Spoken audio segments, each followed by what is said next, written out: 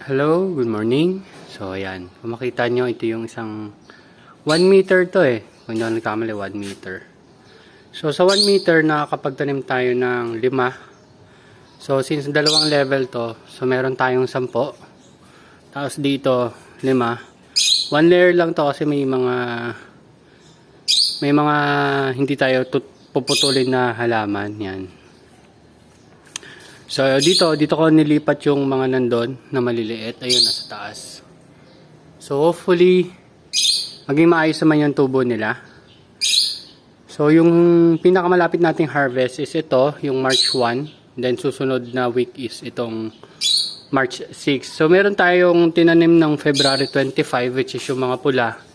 Isasabay na natin siya ng harvest dito sa March 1. Kasi kung mapansin nyo, hindi ganun kaganda yung tubo kasi nga hindi ganun ka lakas yung sikat ng araw. So dito naman kagabi nung nag-video ako, kala ko mamatay to cherry tomato na to, pero hindi naman pala. Tapos kung makikita nyo, medyo maganda yung tubo ng cucumber nung bell pepper natin . So nung last time dito sa kabila or dun sa kabila yata yung bell pepper. Ay, hindi, dito meron dito sa kabilang tubo yung bell pepper. So kaya diyan ko siya pinuwesto kasi nakapagpatubo na tayo diyan. So titingnan natin siya kung magiging okay. So pag naging okay yung ganong setup, yung double layer natin diyan, papagawan din natin to. So baka pasakop na rin natin yung part na yon. So sa ngayon yan lang muna. Pero ito nalanta to . Kailangan na nutrient solution kaya siguro. So, lalagyan ko kasi magaan na eh. So, ibig sabihin kailangan ng nutrient solution. Pati ito kaya ito mabilis na ubos. Ito meron pa eh. Ito medyo magaan na. Pero ito yung mas mabilis, mas maagang na ubos. Hindi ko sure kung bakit. So, yan.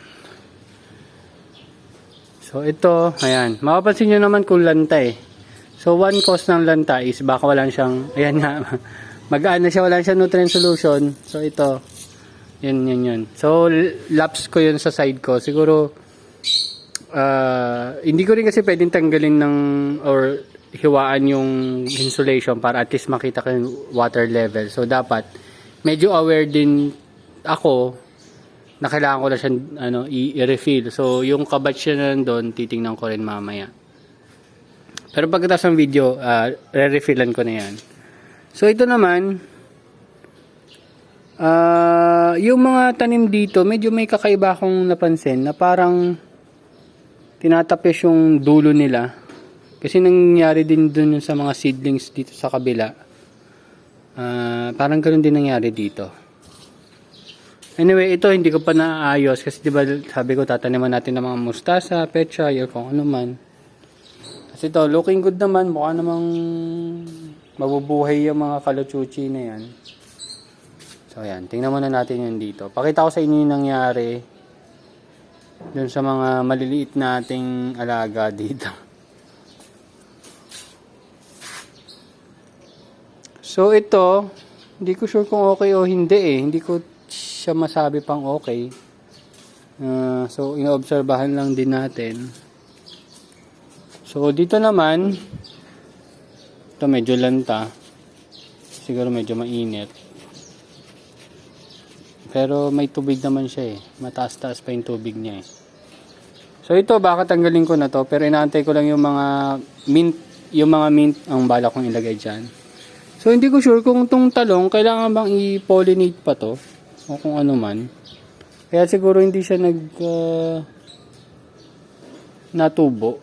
Yun na yung naisip ko. So hindi pa ako nakapag-research dyan. So anyway, yan. Tumutubo naman yung mga Thai basil natin dito. Kasi ito yung bell pepper natin. Katulad nung nandun sa kabila. Ayan, ito bell pepper. Kasi naman cherry tomato. Kasi ito naman cucumber. Kung mapansin nyo talaga yun, nag-uugat siya dyan eh. Hindi ko sure kung nakikita sa video. Yung mga konting puti-puti. Ugat yan eh. Tapos ayan, lumalaki na siya. So iikot-ikot lang natin. Ay, kumapit pala siya dito. Kumapit siya eh. Ayun o, ang galing. Ayun o, kumapit siya. Ayun, yun lang. na kapitan niya. Hindi ko sure kung pwede bang putulin to. Kasi dapat ipakapit na lang natin siya dito eh. Ayan o. Diyan. Pero hayaan na lang muna natin yung nag-iisa doon. So sana ito dito sa kabila kumapit. Ayan o. Kasi dapat dito kasi idadaan sa ilalim nito kaso. Tanggalin na nga natin. Sorry. Ayan. Sorry. Pinutol ko na yung parte niya doon. Tapos may mga suckers na tinatawag. Hindi ko sure kung kita sabi. Ayun yung maliit. Yung maliit na subong. Ayan, pag umusubong, suckers yata tawag nila dyan. So tatanggalin natin yan bago pa tuluyan lumaki kasi nalilipat doon yung nutrients. Ayan. Pati pinapakiramdaman ko lang yung tubig. Malamig naman kasi hanggang ngayon hindi ko pa siya nalalagyan ng cover. So ayan. So ito namatay na talaga, bell pepper. Ito kahapon wala na siyang ulo. Hindi ko alam kung anong nangyari sa kanya. Pero ito naman tumutubo naman yung mga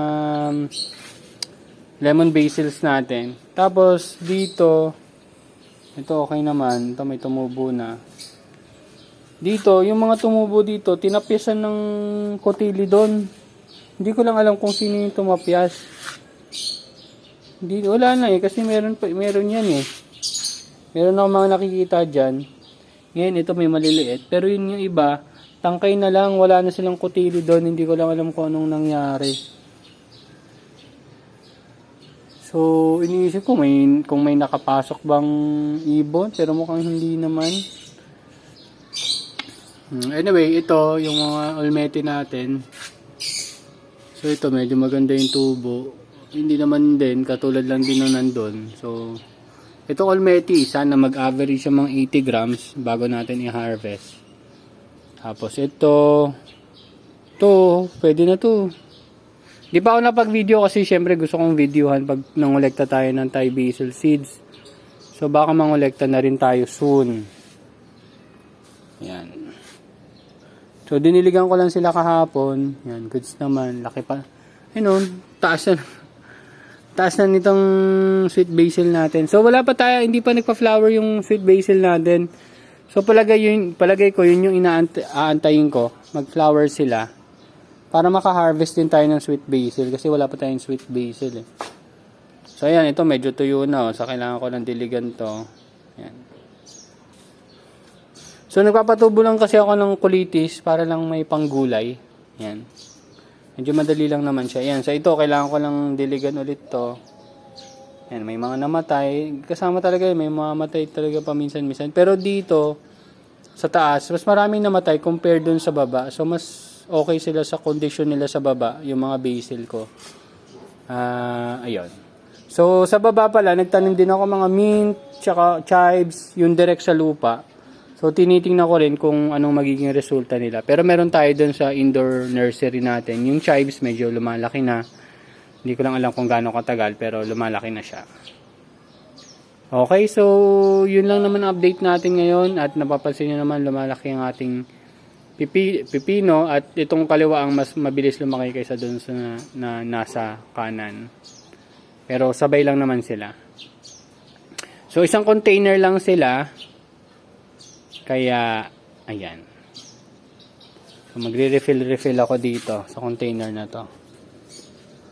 Pero yung nakita ko yung ugat nila dun sa indoor nursery, sobrang lawak. Oo, sobrang haba. Mga ganyan pa lang sila, pero yung ugat nila, doble or triple ng haba na yan. Yun, napansin ko at so imagine mo ito ang taas na. Di ko lang alam kung pwede natin silipin. Siguro, ipin natin. Ayaw ko silang bunutin mula dito. So, subukan natin silang i-open mula dito sa gilid. Ariko. Dahil pala may pangkawit ako eh. Pero, kita ba sa video? Ayun, may mga ugat na sila eh. Ariko. Ayan. Ayan. O, diba? Kita, diba? Ayan. O, kita. So, yung brown na yan yung hydroton natin. Yan.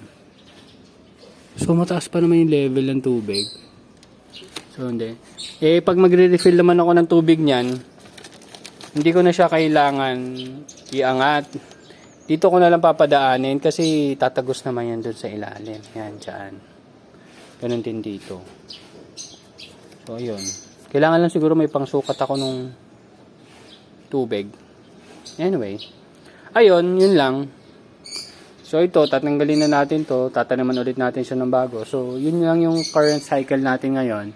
Pero nagdadagdag na tayo ng lettuce. So, focus lang tayo sa Olmeti. Yung Scamander ko, or Red Crystal na nandun sa indoor nursery ay hindi na natin itutuloy. Doon lang siya hanggang lumaki. Siguro mga 20 days, 25 days. Tapos kainin ko na siya. Pero hindi ko na siya ilalagay dito sa setup natin dito. So, mostly Olmeti na yung itatanim natin. Then, hopefully, after ilang months ba to? Hindi ko pa na alam kung gaano katagal tong cucumber bago mamunga eh. Pero, yan. Isa yan sa mga aalagaan natin.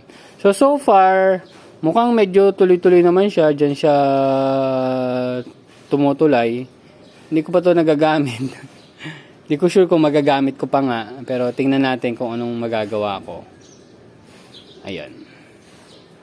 Yan. So, iikot-ikot lang natin sila dito. Yan. Ito nga, yung tawag dito. Yung umikot na siya dito sa tali. Yung parang yung bigote niya. Yan. Hindi ko lang ang tawag dyan eh. Ayan. So, ikot-ikot lang natin siya dyan hanggang umangat siya doon.